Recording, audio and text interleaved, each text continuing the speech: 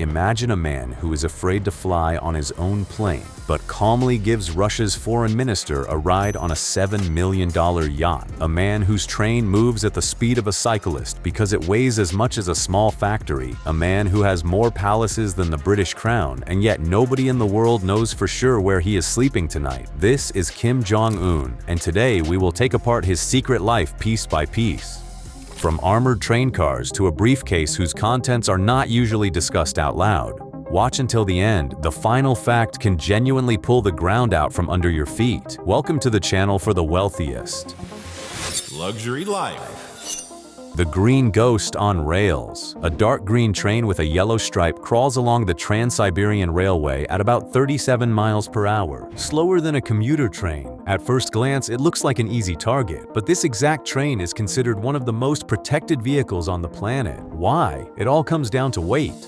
Every rail car is covered in armor capable of withstanding gunfire and explosions, and each one weighs roughly twice as much as a normal rail car. That is where the turtle-like speed comes from. Physically, it simply cannot accelerate much faster. Inside, this is not a train compartment, it is a moving residence. Bedrooms, conference rooms with long polished tables, pink leather sofas, a restaurant where fresh lobsters and French wine are served. A Russian officer who once accompanied the current leader's father on a trip through Russia recalled that live lobsters were delivered to the train directly along the route by aircraft. But the most interesting part is not the interior, it is the movement pattern. 3 trains always set out on the journey. The first goes ahead and checks the rails, whether there are mines, whether there is an ambush. The second carries the leader himself and his inner circle. The third closes the column with guards, equipment, and supplies. In total, the Kim family has about 90 armored rail cars and roughly 20 railway stations across the country built exclusively for the top leader. 20 private stations. Just think about that. In September 2023, the whole world watched as this green ghost crossed the Russian border and carried Kim Jong Un to the Vostochny Cosmodrome for a meeting with Vladimir Putin. At the border, as tradition requires, the train's wheel assemblies are changed. Russia uses a different track gauge, hours of waiting, dozens of workers, and all of it just so the leader does not have to transfer to someone else's transport. And the train made its farthest journey in 2019, about 2,800 miles across all of China, almost 60 hours on the road to the summit in Hanoi. World leaders fly, Kim rides, and there is a reason for that, which we will get to a little later.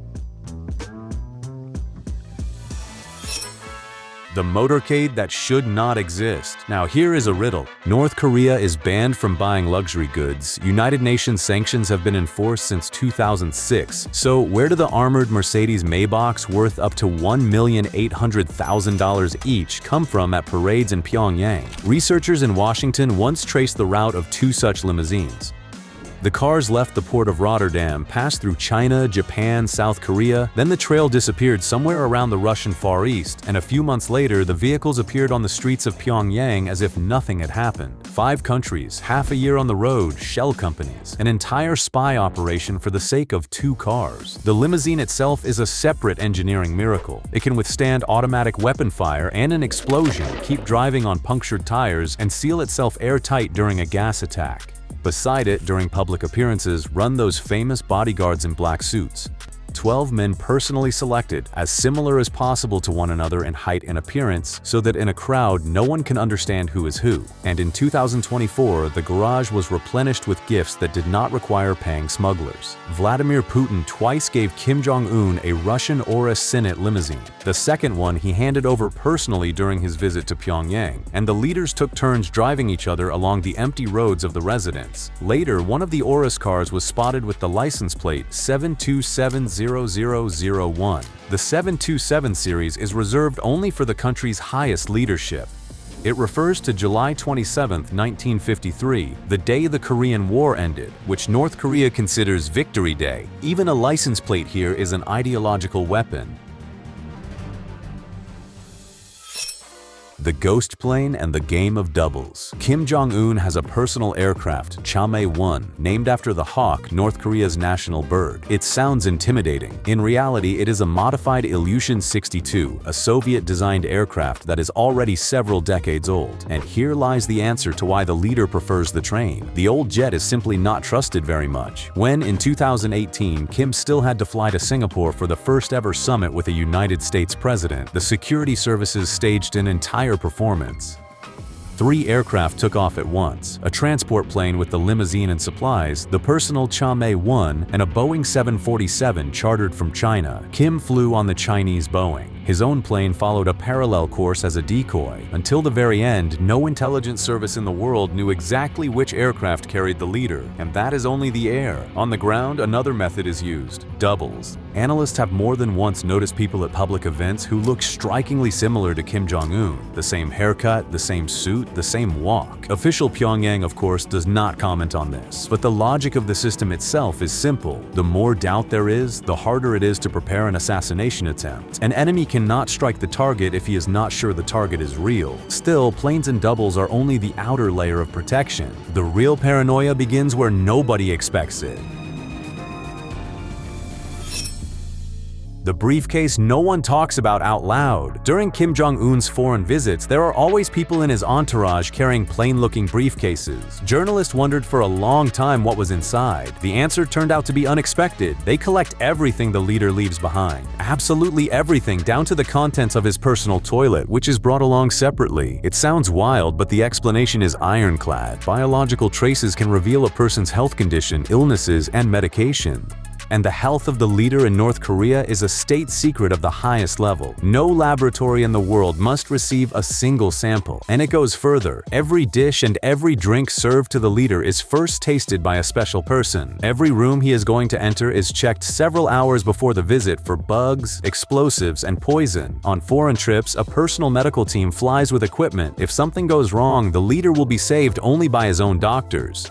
In total, more than 200 people are responsible for his security, arranged in 3 protective rings. The inner ring is made up of the only people in the country who are allowed to be near Kim with weapons. Each one has passed a years-long selection process. They check not only the candidate himself, but also 3 generations of his family, 1 questionable relative, and the path is closed forever. These people are trained to neutralize a threat with their bare hands in seconds. On the outside, just men in identical suits. In essence, a living wall, ready to die at the first signal. And this entire machine exists for one reason. Nobody, ever, must know where the leader is and what is happening to him. Even on vacation, especially on vacation. A flotilla that would make billionaires jealous. July 2025. Russian Foreign Minister Sergei Lavrov arrives in North Korea for talks, and he is received not in a gloomy office with portraits of leaders, but on a snow-white yacht rocking off the coast of Wonsan. The world saw the footage and gasped. It turns out the leader of the most closed country on the planet has an entire personal fleet. According to analysts who study satellite images, the Kim family has 4 large yachts, about 164 feet, 180 feet, 197 feet, and 262 feet long, plus a scattering of smaller boats. The flagship is a 262-foot giant that experts have nicknamed a floating amusement park. On its deck are 2 twisting water slides and a swimming pool with 4 lanes, each about 164 feet long, fully matching Olympic standard length. A floating water park the size of a football field. There is also a more elegant jewel in the collection. The British Princess 95 yacht, worth about $7 million. It is made by a shipyard owned by the same luxury conglomerate that owns Louis Vuitton and Dior. How a British-made vessel ended up off the coast of North Korea under a total ban on luxury goods is a question that still has no official answer. Experts suspect the secondary market and a chain of intermediaries. Something else is more revealing. One of the yachts was recently spotted on satellite images after a major refit. The lounge deck had been doubled in size and freshly painted. In other words, the fleet is not just sitting at the pier for show. It is maintained, upgraded, and taken out for test runs before family vacations. Meanwhile, an ordinary North Korean family lives on an amount that would not even cover 1 rope from that yacht.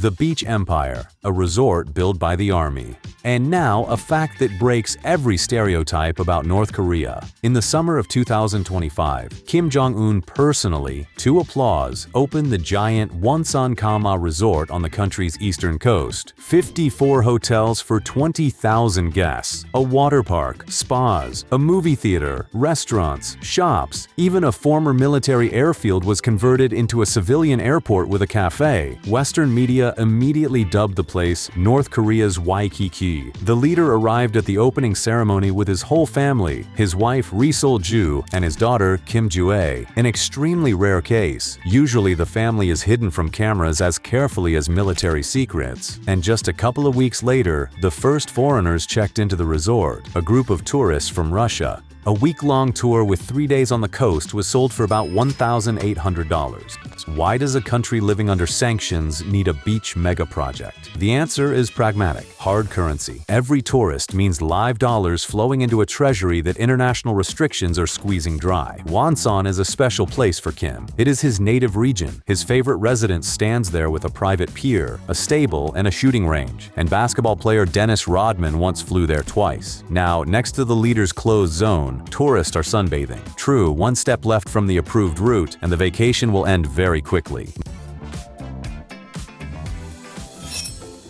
A skiing whim built by the army in 10 months. Beaches were not the end of it. The leader also has a winter toy, the Masakryong ski resort, whose story sounds like a joke if it were not true. When Kim Jong Un, who grew up in Switzerland and had known the Alps since childhood, decided that his country needed its own world-class ski resort, the army was thrown at the project. Soldiers cleared ski runs in the mountains almost by hand, and propaganda glorified the construction pace with a separate slogan, Masakryong Speed. The result? 10 slopes, a hotel with a pool and sauna, equipment rental, and all of it grew out of nothing in about 10 months. In Europe, a project like this would spend longer in approvals than it took to build here. The cost was estimated in the tens of millions of dollars. A spicy detail: buying new lifts directly did not work out. Switzerland blocked the deal, citing sanctions against luxury goods.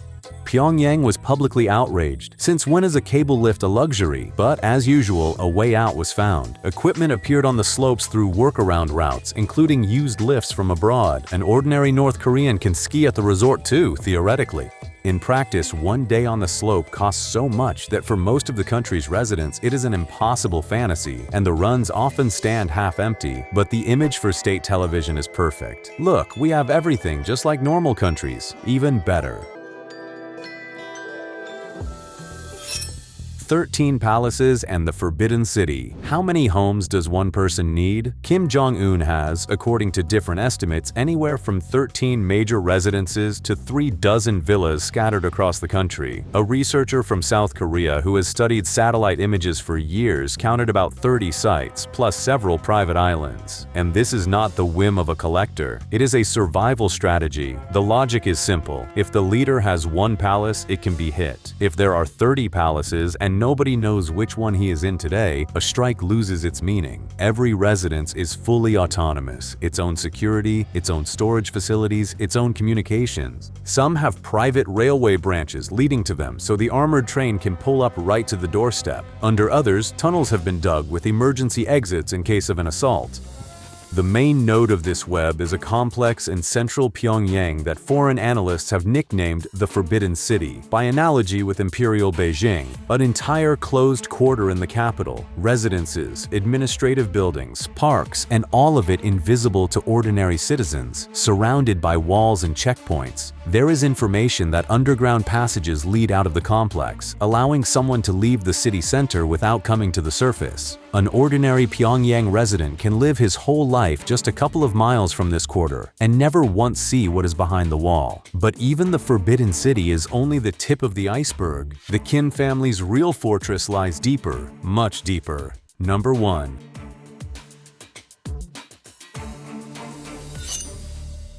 A country that went underground. In 1963, the grandfather of the current leader, Kim Il-sung, said a phrase that defined the country's appearance for decades to come. Its meaning came down to something simple: the entire nation must become a fortress, and to survive, it must go underground. Said and done. Since then, North Korea has been digging digging for more than 60 years without stopping. The result is staggering. According to military analysts, there are up to 8,000 underground facilities in the country. Command posts, factories, hangars, warehouses, entire barracks carved into rock. Along the border with South Korea, according to some reports, about 84 tunnels are hidden, some of them so large that rails have been laid inside and tanks can pass through. It is believed that through this network, up to 30,000 soldiers can be secretly transferred to the border in 1 hour.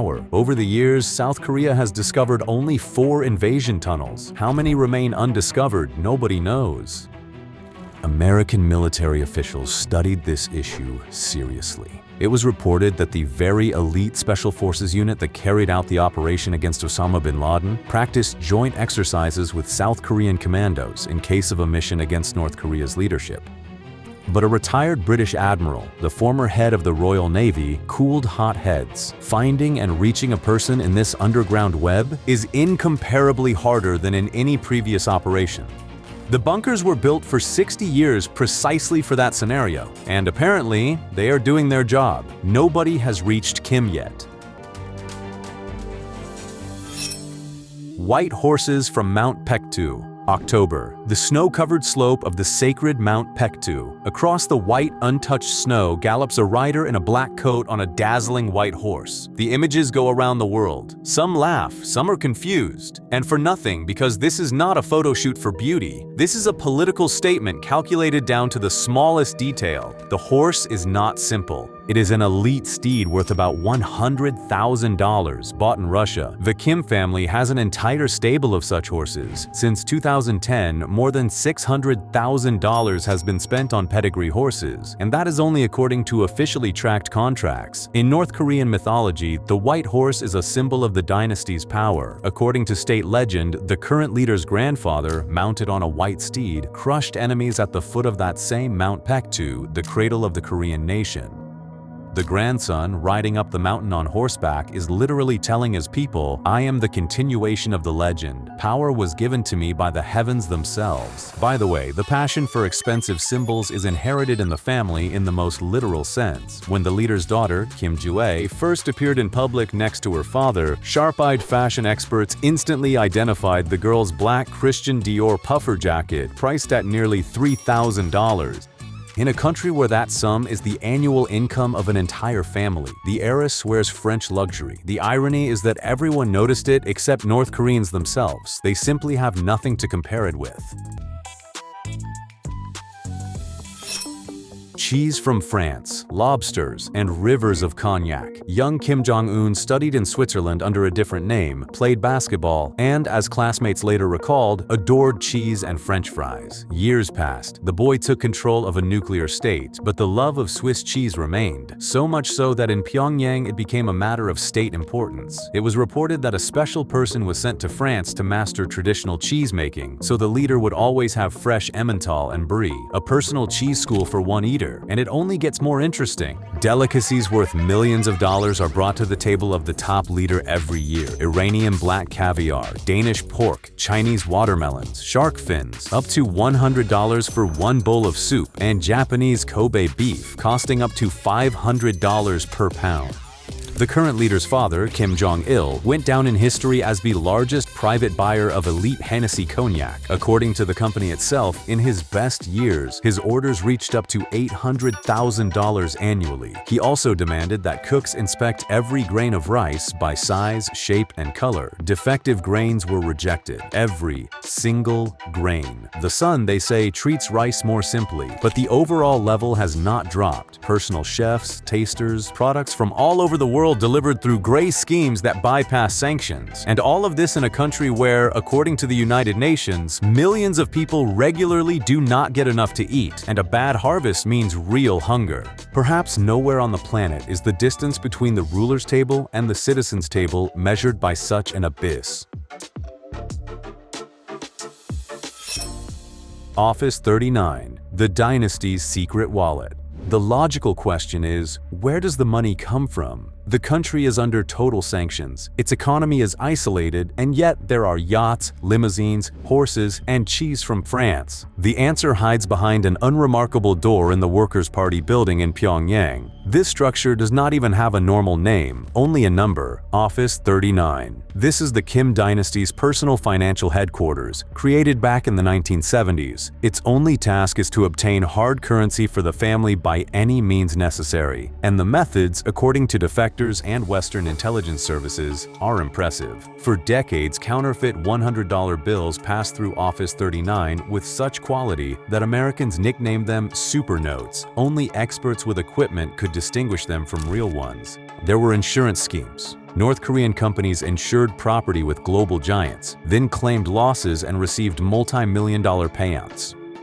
There was trade in gold, seafood, medicinal herbs, and far darker goods, about which official Pyongyang, of course, will never speak. A separate source of income is the network of North Korean restaurants across Asia, where waitresses from North Korea sing and dance for tourists, and the revenue goes back home. Plus, tens of thousands of workers sent abroad. Their wages are almost entirely taken by the state. According to analyst estimates, Office 39 brings the dynasty from $500 million to $1 billion every year. $1 billion a year past all sanctions, past all bans, straight into the family's vaults. Now it is clear where the Maybachs come from, but even that is yesterday's story. In recent years, the dynasty has acquired a more frightening source of income, and it does not even require leaving the bunker.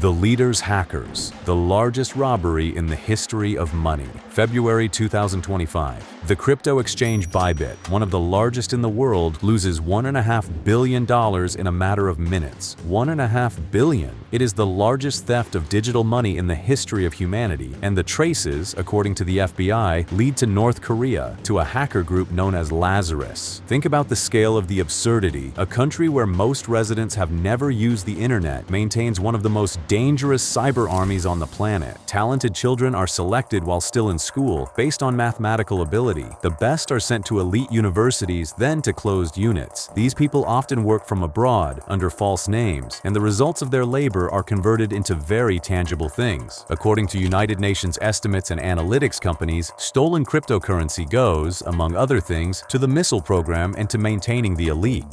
In just one recent year, North Korean hackers, according to experts, pulled more than $1 billion out of the crypto industry, and the record year of 2025 surpassed all previous figures at once. The result is a paradox worthy of a science fiction novel. The most closed country in the world robs the most open financial system in the world. The 21st century bank with an armored door is cracked open not with a cutting torch, but with a keyboard, from a country where an ordinary person can be sent to a camp for unauthorized internet access. And while world powers argue about new sanctions, the money has already been laundered, split into thousands of wallets, and dissolved. What do you think the next billion will go to? Missiles or a new yacht? The man without a birthday, a small detail that says more about the system than volumes of analysis. The world still does not know exactly how old Kim Jong Un is. The most likely date of birth is January 8, 1984, but Pyongyang has never officially confirmed it, and different documents have shown 1982 and 1983 as well. More than that, the birthday of the current leader in North Korea is not even a state holiday, although the birthdays of his grandfather and father are celebrated as the main dates of the calendar. Why? One version says they tried not to emphasize how young the leader was when he first came to power at 27. At the same time, Kim does not hide his small weaknesses. Attentive photographers long ago spotted a Swiss watch on his wrist worth about $12,000, modest by the standards of his garage, but equal to the annual earnings of roughly 10 North Korean workers. His wife has also been seen with bags and accessories from European luxury brands. A dynasty that erases its own biographies willingly leaves price tags in plain view. A coincidence? Hardly.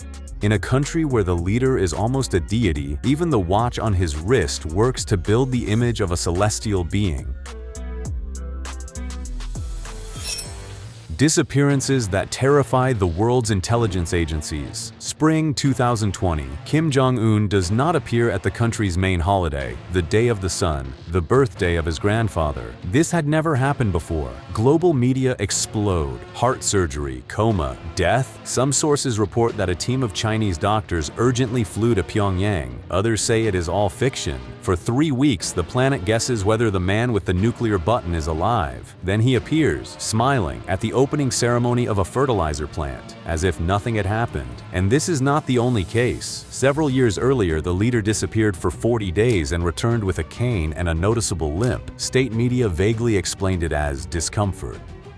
Analysts have been compiling his medical file for years, piece by piece. Hereditary heart disease in the family, likely diabetes, hypertension, heavy smoking. Even his wife could not make him quit cigarettes. And weight that at its peak, South Korean intelligence estimated at 309 pounds. Then the world saw a sharply slimmer Kim, minus about 44 pounds in just a few months. And the debates flared up again. Did he get healthier, or is he seriously ill? Why is this so important? Because absolute power has an Achilles heel. It does not transfer by itself through a will. Every disappearance of the leader is a rehearsal for chaos. It is no coincidence that in recent years his daughter has appeared beside him more and more often. She is shown at missile launches, parades, and openings. Many experts see this as a direct hint. The dynasty is preparing its 4th generation. The girl whom the world first saw in a Dior puffer jacket may already be being fitted for a very different role. Handshakes the whole world saw. Not long ago, it seemed that this man never left his fortress at all. And then the world saw the impossible. Kim Jong Un shaking hands with the President of the United States. Singapore, 2018. The first meeting in history between the leaders of 2 countries that are formally still at war. Trump joked with journalists, asked photographers to take beautiful shots, called his counterpart a great leader, and promised North Korea a colossal economic future. Just a few months earlier, those same 2 men had publicly exchanged threats and insults. Diplomacy knows how to turn 180 degrees. A year later, Hanoi, the second meeting, for which Kim made that same legendary forced march by armored train across all of China. The negotiations ended with nothing, but the image remained. 2 irreconcilable enemies having dinner at the same table. Then the vector shifted. In 2023, the green train went east to the Russian cosmodrome. In 2024, Putin himself flew to Pyongyang, and the world watched a scene that no screenwriter could have invented. 2 leaders taking turns driving each other in a gifted limousine, laughing and talking animatedly behind the wheel. For a man who changes the wheels of a train just to avoid boarding someone else's rail car, letting someone behind the wheel of his own car is almost an intimate gesture. That is how isolation becomes a tool. Kim's rare appearances in the wider world become a global sensation every time. Scarcity is the best marketing, and he understands that perfectly. An armored train moving at 37 miles per hour, 3 planes, only one of which carries him, 30 residences, 4 yachts, 8,000 bunkers, and a briefcase that carries away even traces of existence. All of this is the price of absolute power. Life in a golden cage where every step is calculated and every stranger is a potential threat. The most protected person on the planet cannot allow himself what every one of us has, simply to walk outside. Write in the comments what shocked you most, leave a like, and subscribe to the channel for the wealthiest. Here we talk about luxury, wealth, and the lives of the most influential people on the planet. Thank you for watching, and right now watch our previous episodes which have already appeared on your screen.